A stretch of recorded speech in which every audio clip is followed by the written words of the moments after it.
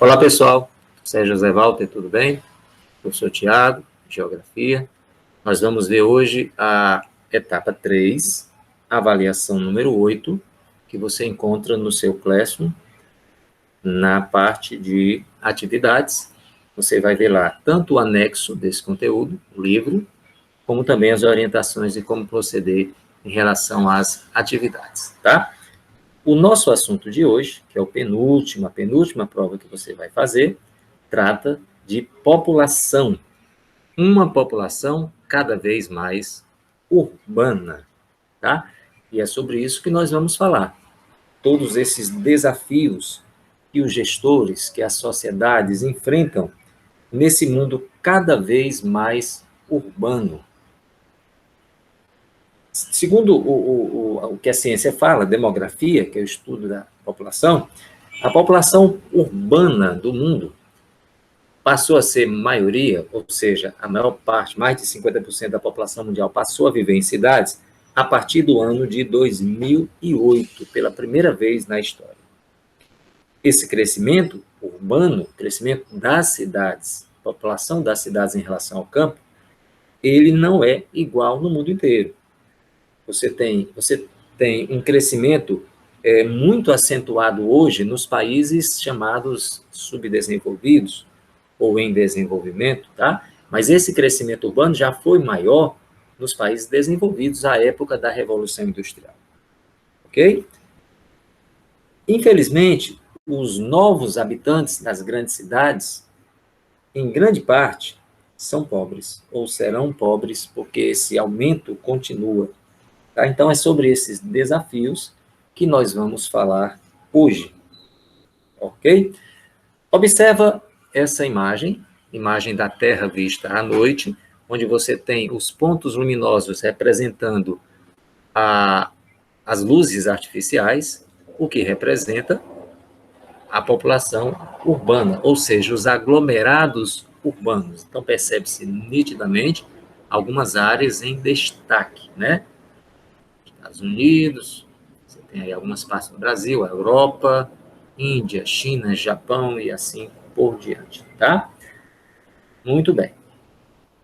Eu vou mostrar um vídeo curto para que você veja quais são as maiores cidades do mundo e como essas cidades estão crescendo, em que ritmo elas estão crescendo. Observa. Já eu volto a falar.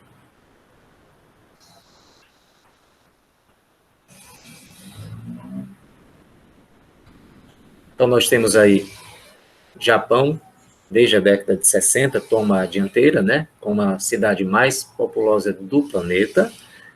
E você tem, em segundo lugar, Nova York, mas veja que algumas cidades do mundo subdesenvolvido, como, por exemplo, São Paulo, Cidade do México, você vai ver algumas cidades da Índia e da China crescendo nesse ranking, tá? Você vê aí Mumbai subindo, Calcutá na Índia, o que demonstra, gente, que atualmente as cidades que mais crescem no mundo são as cidades no mundo subdesenvolvido.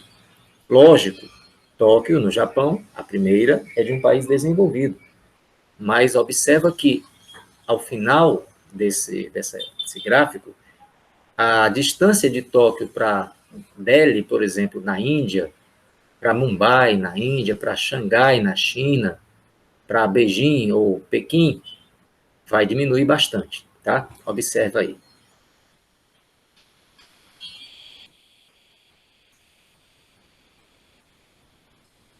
Então, a partir de 2021, é uma projeção. Então, o que nós devemos ter em 2030? Tóquio ainda na frente, mas Delhi, na Índia, se aproximando rapidamente, Xangai, na China, também, o que vai fazer com que nós tenhamos, infelizmente, um agravamento da situação de pobreza nas grandes cidades no mundo subdesenvolvido, como foi mostrado na imagem da cidade de Lagos, na Nigéria, que você viu há pouco tempo, tá? Vamos falar um pouquinho sobre a evolução do crescimento mundial. Pessoal, observa aí que desde a origem do homem até o ano 1802, a população era menor do que 1 bilhão de habitantes. Ou seja, o primeiro bilhão de habitantes só foi atingido em 1802. Portanto, muito tempo. Isso se deve a quê? Isso se deve à diferença entre natalidade e mortalidade, que no passado era pequena, porque os casais tinham muitos filhos, ou seja, taxa de natalidade elevada, mas o número de mortes também era muito alto. A medicina não era evoluída, não existiam vacinas, então muitas pragas, muitos vírus acometiam grandes populações e matavam muita gente. Então, esse período foi muito longo. Observa que o segundo bilhão, tá, foi atingido somente 125 anos depois. Ou melhor, somente não, apenas 125 anos depois. Dobrou a população. O terceiro bilhão já reduziu bastante. Olha aí, ó, 34 anos. Depois, 13 anos. O que se observa, gente? Que à medida que nós chegamos no século XX, de 1901 a 2000, o ritmo de crescimento da população mundial deu uma acelerada. Cresceu enormemente. Após o século XX, ou seja, nesses anos que nós estamos agora, esse ritmo ele tende a diminuir gradativamente, o ritmo de crescimento. Mas a população mundial ainda deve crescer até depois de 2050, mais ou menos. Ok? Muito bem. No livro de vocês, ele mostra os 5 países mais populosos em 2011 e os 5 que devem ser mais populosos em 2050. O que nós observamos aí, gente? Que China e Índia, desde o primeiro gráfico, 2011, já estão no topo do ranking de população. E a gente observa que no gráfico de 2050, da projeção, a China aparece atrás da Índia, ou seja, a Índia ultrapassa a China. Por que isso vai acontecer? Pela política do controle de natalidade, que nós vamos ver em seguida, tá? Nós observamos também que em 2011 o Brasil ocupava o posto de 5ª maior população do mundo. A projeção para 2050 é que ele saia dos 5 mais populosos. Por quê? Porque outros países irão crescer. O Paquistão, por exemplo, desde o ano de 2020, 2019, já ultrapassou o Brasil. Ou seja, hoje nós somos a 6ª maior população do mundo, já hoje, tá? Ultrapassados pelo Paquistão. Tranquilo? Muito bem. Então, vamos lá. Esse crescimento em tempos diferentes, ou seja, primeiro no mundo desenvolvido, crescimento urbano, depois no subdesenvolvido, causou, gente, o que a gente chama de uma desigualdade entre países muito grande, tá? Onde você tem países muito ricos, muito bem em termos sociais e econômicos, mas você tem países muito aquém, muito atrás em relação a esse desenvolvimento. E quem mede isso, quem mede esse desenvolvimento social e econômico das populações, é o IDH, Índice de Desenvolvimento Humano. Tá? Veja, nós temos 4 patamares de IDH. Os países que estão no grau muito alto, que são os desenvolvidos, que estão em melhor situação, os alto, os que estão no patamar médio e os que estão no patamar baixo. Veja, esses dados aqui são de 2019 e 2019. Nós temos aí Noruega, Suíça, Irlanda, Alemanha, os 4 primeiros europeus, Hong Kong, pertence à China, Austrália, lá na Oceania, e a Islândia, outro europeu, como os 6 de melhor qualidade de vida. Veja, esses números do IDH, eles variam de 0 a 1. Observa que a Noruega tem 0,954. É o mais próximo de 1 possível nesse período, tá? Lógico, de ano a ano há uma pequena variação. E o Brasil, onde é que está? O Brasil está no segundo patamar, chamado de IDH alto.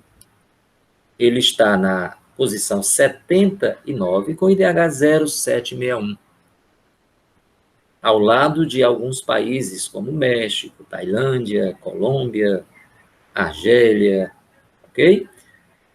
E aqui também ele mostra os piores em desenvolvimento humano, os mais baixos: Burundi, Sudão do Sul, Chade, República Centro-Africana e Níger, países do continente africano. Até aqui tudo bem, pessoal? Ok? Professor, a que se deve isso? Por que há essa desigualdade? Mas antes eu tenho que falar o seguinte: o IDH ele é elaborado por 3 indicadores, tá? Quais são os indicadores do IDH? Renda per capita, que é o PIB do país, a riqueza que o país gera dividido por cabeça, pela população. O indicador de escolaridade, quanto mais analfabetos tiver o país, mais baixo vai ser o IDH dele.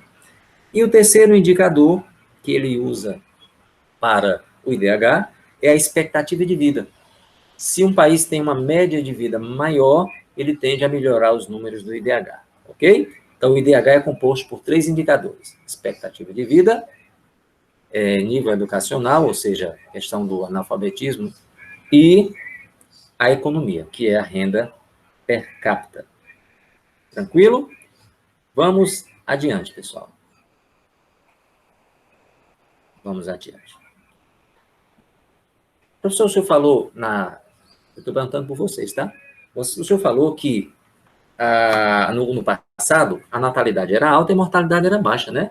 Nascia muita gente, mas também a medicina não salvava muita gente, não tinha vacina, etc. Pronto, e aí está a prova. Aqui é a transição demográfica, onde nós temos aqui na fase 1, ou seja, isso antes da Revolução Industrial, que ocorreu lá na Inglaterra do século XVIII, nós tínhamos muitos nascimentos, essa linha vermelha é a taxa de natalidade, mas também nós tínhamos muitas mortes. Veja que a taxa de mortalidade também é muito alta, né? Como eu falei antes, doenças que hoje são controladas por vacinas, por medicamentos, né? Na época não eram controladas, certo?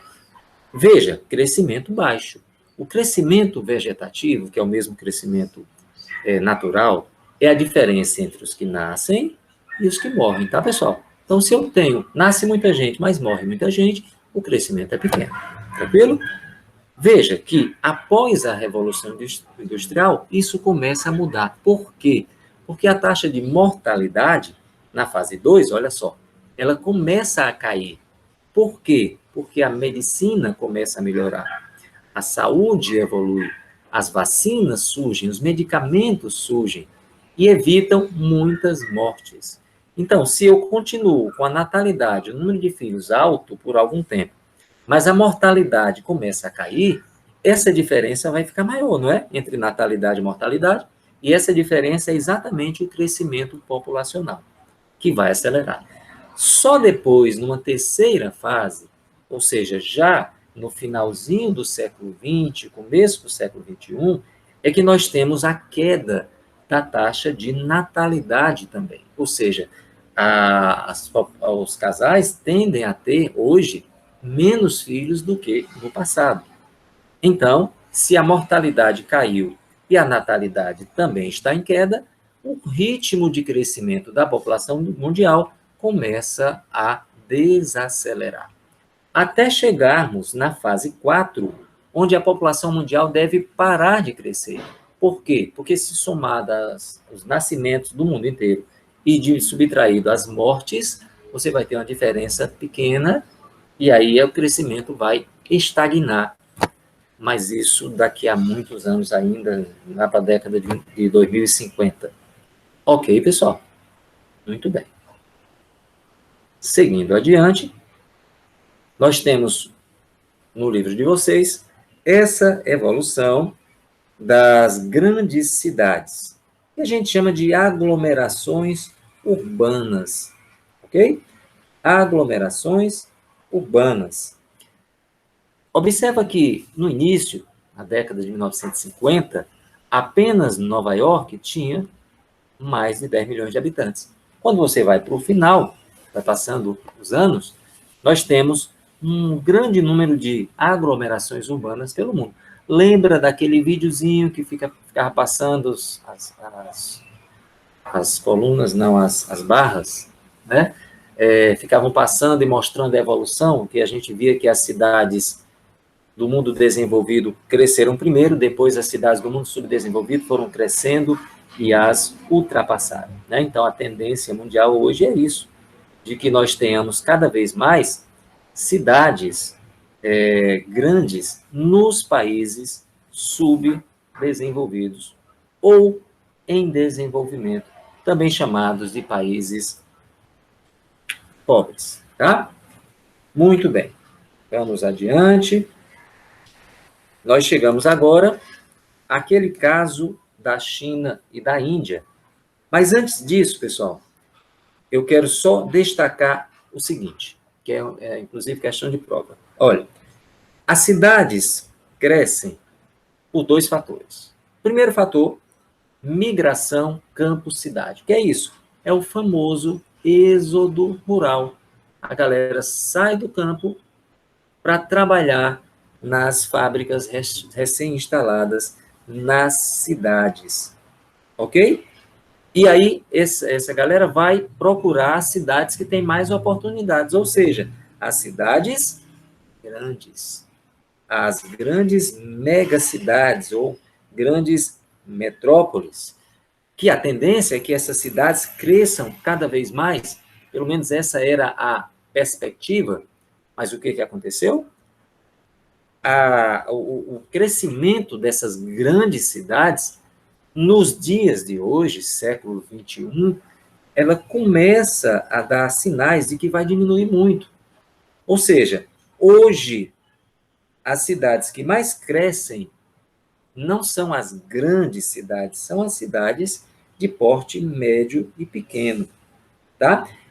Mas vamos lá. As pessoas, quando vão para a cidade, elas passam a ter um modo de vida muito diferente de quando moravam no campo. No campo, as mulheres têm mais filhos, esses filhos ajudam no dia a dia, né, no trabalho. Já na cidade, o filho é muito mais caro de se cuidar. Sem falar que na cidade, as mulheres também se emancipam, as mulheres também estudam mais tempo, trabalham fora e adiam a maternidade, o que faz com que a urbanização, ou seja, quanto mais pessoas nas cidades, com o tempo, o crescimento dessa população vai diminuindo, porque é muito mais caro e complicado ter filho em uma cidade do que no meio rural. Beleza? Professor, onde hoje nós temos esse ritmo de crescimento grande? Gente, nós temos esse ritmo grande de crescimento hoje em países da África, da Ásia e um pouco da América Latina também. Em relação ao deslocamento chamado êxodo rural, os países desenvolvidos já passaram por esse deslocamento. A indústria deles chegou a mais de 200 anos. O Brasil e vários países da América Latina também já passaram por essa fase de êxodo rural. Hoje não tem tanta gente assim vindo do campo para as cidades brasileiras, tá? Onde isso acontece hoje com mais força são em dois países, China e Índia, porque nesses países há ainda uma grande população rural, a exemplo da África, só que na África não tem muitas indústrias que atraiam essa população rural para as cidades. Já na China e Índia, elas têm muitas indústrias, está no crescimento muito acelerado, e a turma está indo para as cidades, e as cidades estão crescendo de forma assustadora, tá? E nós vamos agora falar exatamente de China e Índia. Aqui tem uma matéria, uma notícia, que eu inclusive postei no Google Sala de Aula de vocês, sobre a China, o conteúdo do livro de vocês na página 441. que diz aqui? Que o governo da China passará a permitir 3 filhos por casal. No livro de vocês fala que há a chamada política do filho único na China, certo? Essa política do filho único vigorou até 2016, quando, a partir daí, se permitiu, o governo da China permitiu que os casais tivessem um segundo filho, ok? E agora vão permitir um terceiro. Professor, por que de um filho eles já vão permitir o terceiro filho? Porque a política de controle de natalidade deu muito certo. Sabe o que aconteceu? Se você analisar os números de hoje, você vai ver, se você pesquisar, que deixou de nascer na China entre 300 e 400 milhões de crianças. Ou seja, a geração atual é muito menor do que as gerações mais velhas. E isso pode impactar no mercado de trabalho. Tá? Já na Índia, o que aconteceu na Índia? A Índia não tem uma política de controle de natalidade. A Índia faz, de vez em quando, vasectomia, aquela cirurgia nos homens que os tornam não férteis para filhos, tá? Mas isso não é uma política que ocorra todo ano. Então, a Índia, hoje, cresce num ritmo muito maior, a população indiana, do que a chinesa, porque, como vimos aqui, a política do filho único deu muito certo na China, mas não foi adotada na Índia. Tranquilo?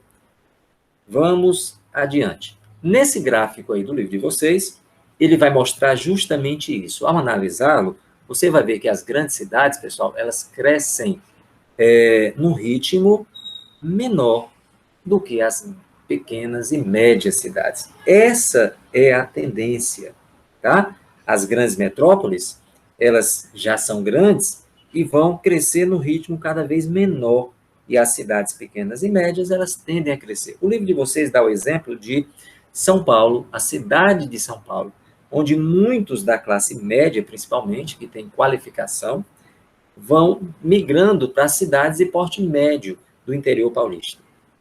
No Ceará, por exemplo, nós podemos dizer que Sobral, Juazeiro do Norte, crescem a uma taxa média maior do que os outros municípios do nosso estado. Ok? Com relação à população do Brasil, já que agora nós vamos falar Brasil, um país urbano. Essa informação aqui, gente, ó,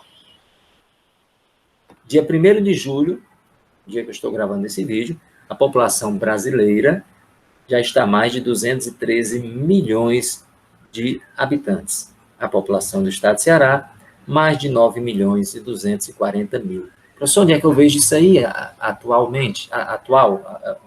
No site do IBGE, onde você bota lá a população atual IBGE, você consegue localizar esse gráfico aqui, bem interessante.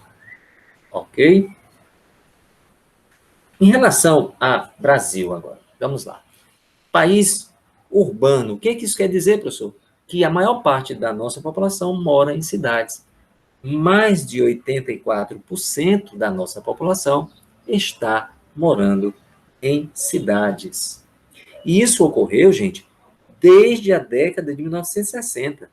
Desde 1965, a população urbana ultrapassou a rural e hoje nós temos mais de 84%, ou seja, de cada 10 brasileiros, 8 moram em uma cidade e 2, ou menos de 2, porque isso é uma média, né? Moram no meio rural, ok? Então, aquelas regras que eu falei sobre a cidade, normalmente os casais nas cidades terem menos filhos do que no campo, isso também é válido para o Brasil, lógico. As mulheres, na década de 1960, quando a maior parte da população era rural, tinham em média 6 filhos. Hoje elas têm abaixo de 2 em média, ok? Bom, nós temos ainda um expressivo número de jovens, mas a população de jovens ela está diminuindo e a população de idosos está aumentando, porque a expectativa de vida do brasileiro e do mundo inteiro está aumentando. Atenção, com a pandemia da Covid-19, já existem levantamentos que dizem que a nossa expectativa de vida, ou seja, quanto em média o brasileiro vive, está caindo mais de um ano. Ou seja, nós voltamos, é como se nós tivéssemos voltado no tempo. Toda a evolução que nós estávamos tendo a cada ano, a população vivendo mais, com a pandemia nós tivemos uma diminuição disso. Ok, pessoal? E para a gente encerrar, nós vamos falar. Ah, sim, isso é, professor, o senhor botou o gráfico aí, o mapa aí na tela, não explicou. Aqui é a distribuição populacional dos brasileiros. Cada pontinho, bem pequenininho, vermelho, representa uma população de 10 mil habitantes. Observa que a nossa população está concentrada no litoral ou próximo ao litoral, ok? Nós temos, então, alguns vazios demográficos, algumas áreas com pouca população. Aqui é a floresta amazônica, região amazônica, né, pessoal? Região sudeste, onde tem mais, né? O sul também, e muita gente também aqui pelo nordeste. Ok? Agora sim, o último ponto, nós vamos falar um pouco sobre migrações internas, migrações dentro do nosso território. Observa, nas décadas de 1960 até 1980, ou seja, esses dois primeiros mapas, nós temos uma grande quantidade de nordestinos, essa seta aqui, gente, ó, essa seta aqui tá bem larga, ó, que leva a gente, que representa nordestinos que migraram para o sudeste, para o sul e para a região norte. Veja que o fluxo de nordestinos era muito grande até a década de 1980. Por quê, professor? Por causa da indústria em São Paulo, né? A indústria em São Paulo na década de 50, 60, olha só. E por causa da extração da borracha na Amazônia, ok? Nós temos também alguns fluxos migratórios importantes saindo do sudeste, do sul, para as fronteiras amazônicas, para novas fazendas, áreas que foram desmatadas e utilizadas para agricultura, pecuária. E hoje nós temos um mapa bem diferente. O que se observa aqui? As setas estão mais finas, ou seja, menos deslocamentos, e mais próximas, deslocamentos mais próximos. Então, hoje, nós temos a migração interna muito mais dentro da própria região, dentro de um estado para outro estado da mesma região, diferente da década de 60 até 80, onde nós tínhamos grandes deslocamentos internos de nordestinos para o sudeste, para o sul, do pessoal do sudeste e sul para a Amazônia, tá? E assim por diante. Beleza, pessoal? Bom, desafios da realidade urbana. Quais são esses desafios da realidade urbana? Vamos encerrar aqui o nosso compartilhamento para poder nós concluirmos a nossa aula. Gente, os desafios da realidade urbana. Criar mecanismos de governabilidade. O que é isso, gente? Os prefeitos, os gestores, passarem a se preocupar melhor com o funcionamento da cidade. As cidades hoje estão muito cheias, muito lotadas de problemas, não só de pessoas, mas de problemas, né? Congestionamentos, violência, principalmente as dos países subdesenvolvidos. Então, os governos têm que chamar a sociedade para participar. É o que se chama de orçamento participativo, certo? Então, ele diz no livro de vocês, encerrando, é preciso considerar, no planejamento urbano, a presença de contingentes expressivos de pobres nas cidades. Em vez de procurar expulsar essas pessoas de classe mais baixa das cidades, ou impedir que eles venham do interior ou de outras cidades para as grandes cidades, os gestores devem ter políticas para integrá-los à vida dessa cidade. Ok? Pessoal, é isso. Espero que vocês tenham entendido. Qualquer coisa, volta, vê de novo e nos vemos em outra oportunidade. Um abraço, valeu, até a próxima.